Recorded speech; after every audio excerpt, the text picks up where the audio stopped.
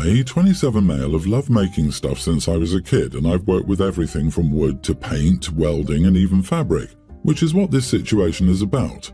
I made my wife's dress since she couldn't find one that fit her style and our budget. It wasn't my first time making clothes, but I certainly wasn't an expert, nor am I now for that matter.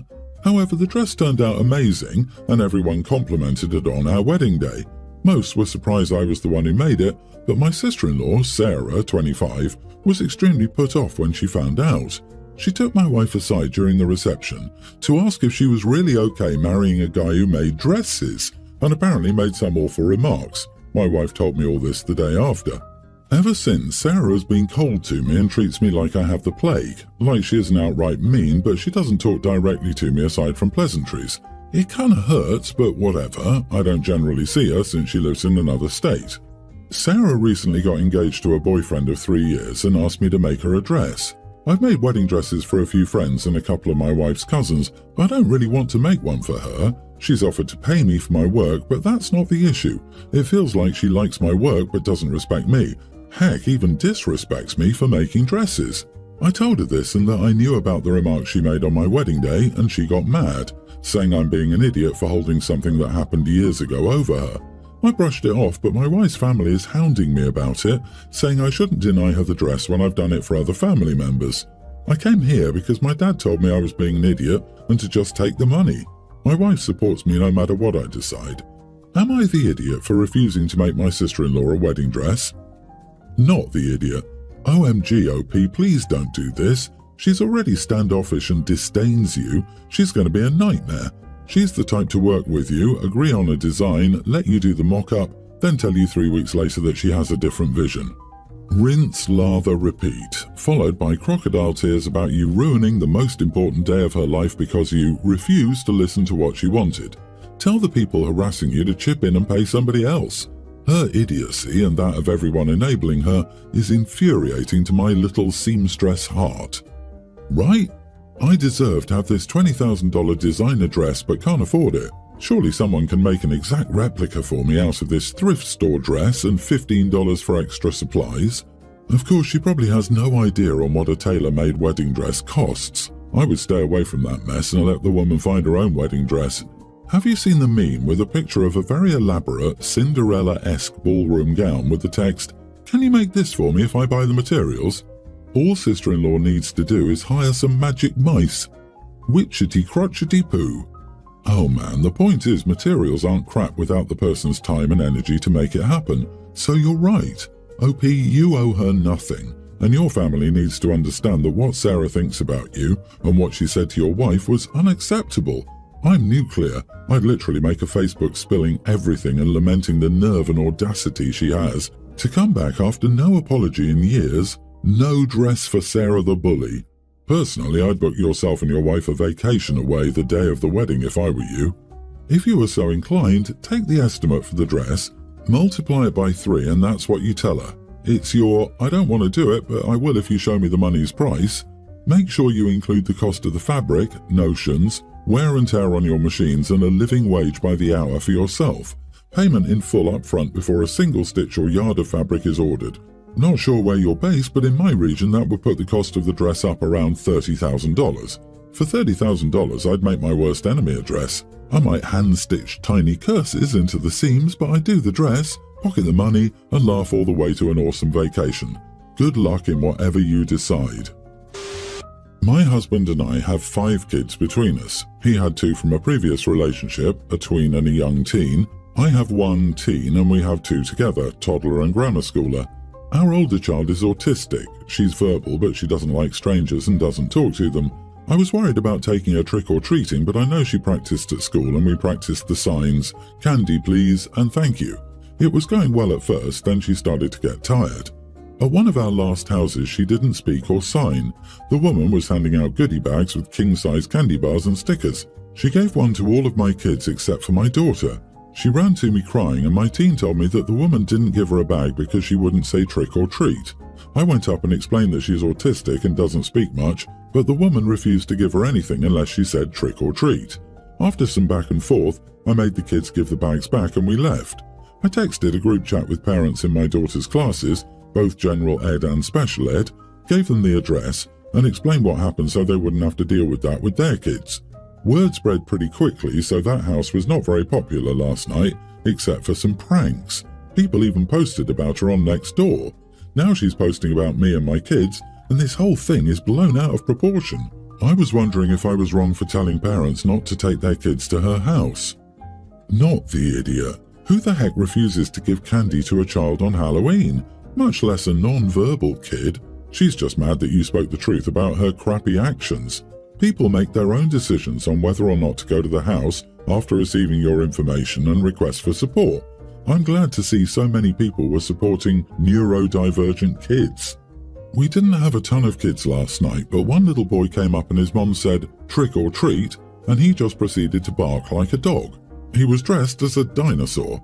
I gave him 2 very large handfuls as his mom just sighed at what I assume was not the first barking of the night. Oh my god, that's so adorable and totally something my kid would have done. After all, no one knows what dinosaurs sounded like. I live in one of the go-to neighborhoods for trick-or-treating, and we regularly get over 500 kids come to our door. I don't make them perform for the candy. There is no transaction here beside you show up, you get candy. No costume? You still get candy. Senior in high school? Awesome, here's some candy. I remember a house where I must have been a straggler because the owner thought she was done for the night, so she'd given away all her candy. I showed up and she was like, "I have no more candy, here's $5. I was stocked. People who are mean to kids because they're neurodivergent, or because they have disabilities, or even just because they're shy or don't jump through hoops on command, deserve what they get. Maybe a little public shaming will teach her what she apparently lacks the heart to figure out on her own. There is no reason ever to single out and pick on a small child for being different. My wife, 37, and I, 40 male, got married 12 years ago, and she has been my rock, and our marriage has been really good. Or used to be really good before we went to therapy. My friend was suffering from a lot of mental health issues and we were worried for him. He went to therapy for about 2 years and is doing a lot better. My wife suffered from anxiety and depression and she's a vet, which is a very high-stress job. I recommended she try therapy too and she agreed. She went to therapy for 6 months and said she likes it and wanted me to go with her. I personally find it a little hippy-dippy, but it couldn't hurt, so I agreed. First 2 therapy appointments went well. The therapist, not her personal one, nailed down one thing about my wife. She is extremely distrusting of other humans. She didn't have a good family growing up and her father sold her dog, which she said was her only friend, and she suffered from an eating disorder and almost ended it in her teens. But as an adult, she's relatively well adjusted and she's a great mom to our 2 kids. He asked us to do the Big 5 personality test as homework. It was a long questionnaire and we shared it with him. My trust of others was a 34 and hers was an 8, which is very low. He asked her to tell him what makes her distrust people. She said people were very two-faced and only do what benefited them, and she felt like she has a disadvantage in her life because of her morals. She's very kind to people, which is weird because she doesn't trust them at all. She helps people a lot, and one of her friends even said she's the one they go to for advice because they know she wants the best for them and can keep a secret. She does a lot of unpaid work to help stray animals and is often depressed if an animal passes away. She says she does it because she feels extreme guilt if she doesn't help others. However, she feels people don't feel any guilt if they hurt her, which is why she prefers animals to humans. Then the topic of our marriage and trust came up and she was super tight-lipped about it at first, but then admitted she didn't trust me that much.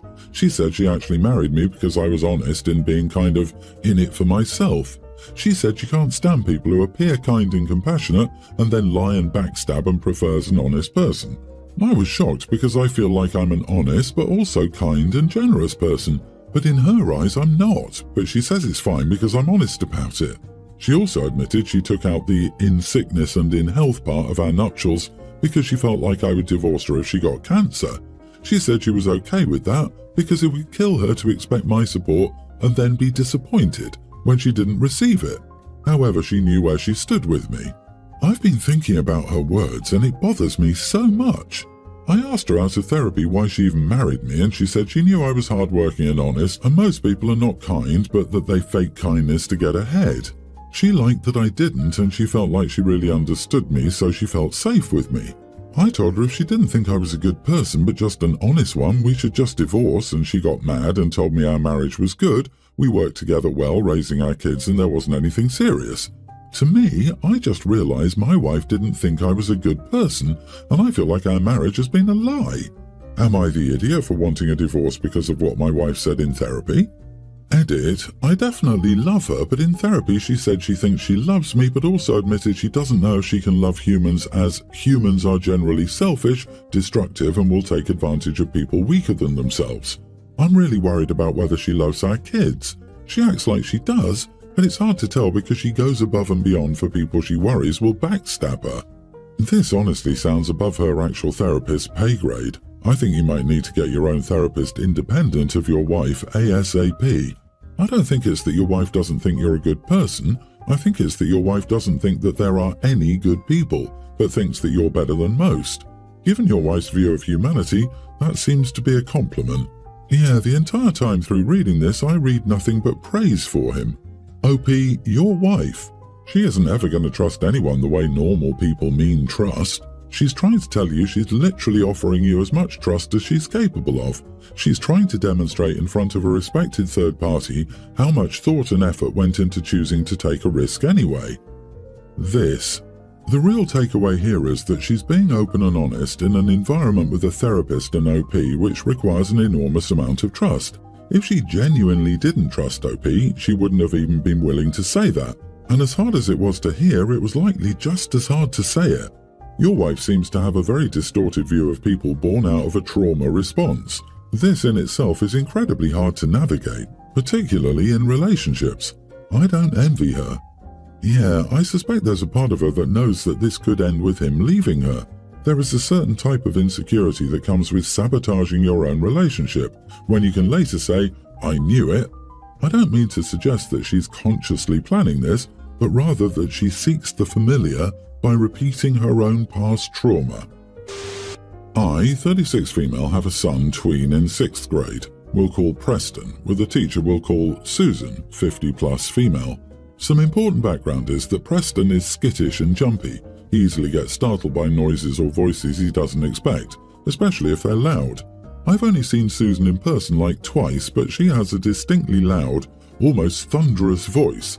Never heard her yell yet though, but Preston says it always makes him jump a little, and apparently we've heard from other kids and parents that she's known for being ridiculously loud in general.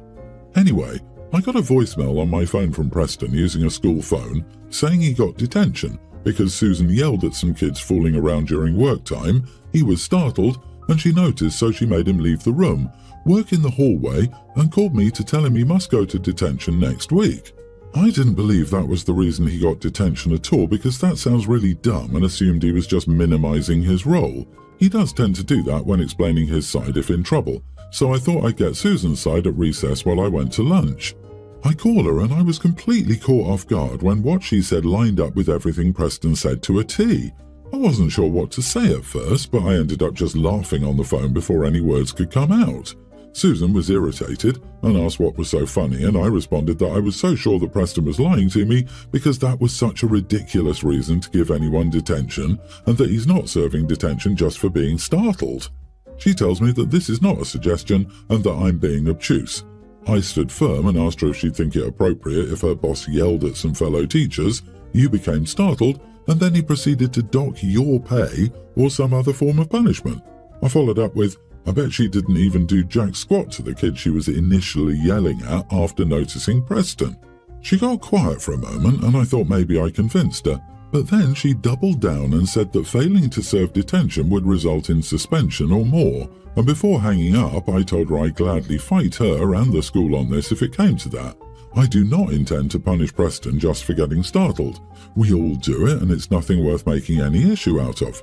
If I'm being honest, I vented to my friend about this later, and she actually did not side with me, saying that I was kind of being an idiot to laugh at Susan, and that teachers don't get paid enough to deal with the things I said, so I want to hear what unbiased people think. Not the idiot, I work in education too. I understand not getting paid enough, and I've seen some entitled parents, but you don't sound entitled. That is a pretty ridiculous reason to punish a child. Some people get startled easily. I'm one of those people. That's not a reason to punish someone. Definitely talk with the principals about this. I was thinking, what if a child has been abused or lived in a chaotic household and therefore would reflexively cower or protect themselves any time an arm or hand is raised? Or they catch that movement out of the corner of their eye. So this teacher would punish that child with detention because of a reflex, or have the sensory processing issues related to being neurodivergent, or just be a human with ears and a functioning startle response. This is what the teacher was banking on, an easy target who doesn't have to support or protect him from this sort of crap. I startle easily. If I got into trouble every time I had a reflex response from a loud noise in the classroom, I would have been expelled several times over. That is easily the stupidest thing I've ever heard to put someone in detention for. Talk to the principal about this ASAP and object. I'd be curious if Susan has actually explained what happened yet to those above her. If they have any common sense, they'd say it's ridiculous. Also, maybe to avoid retaliation, see if he could change rooms and get a different teacher. This might be US defaultism talking, but I'd say it's early enough in the school year to do a switch for the good of your son so this teacher does not pull any more weird power trips like this one.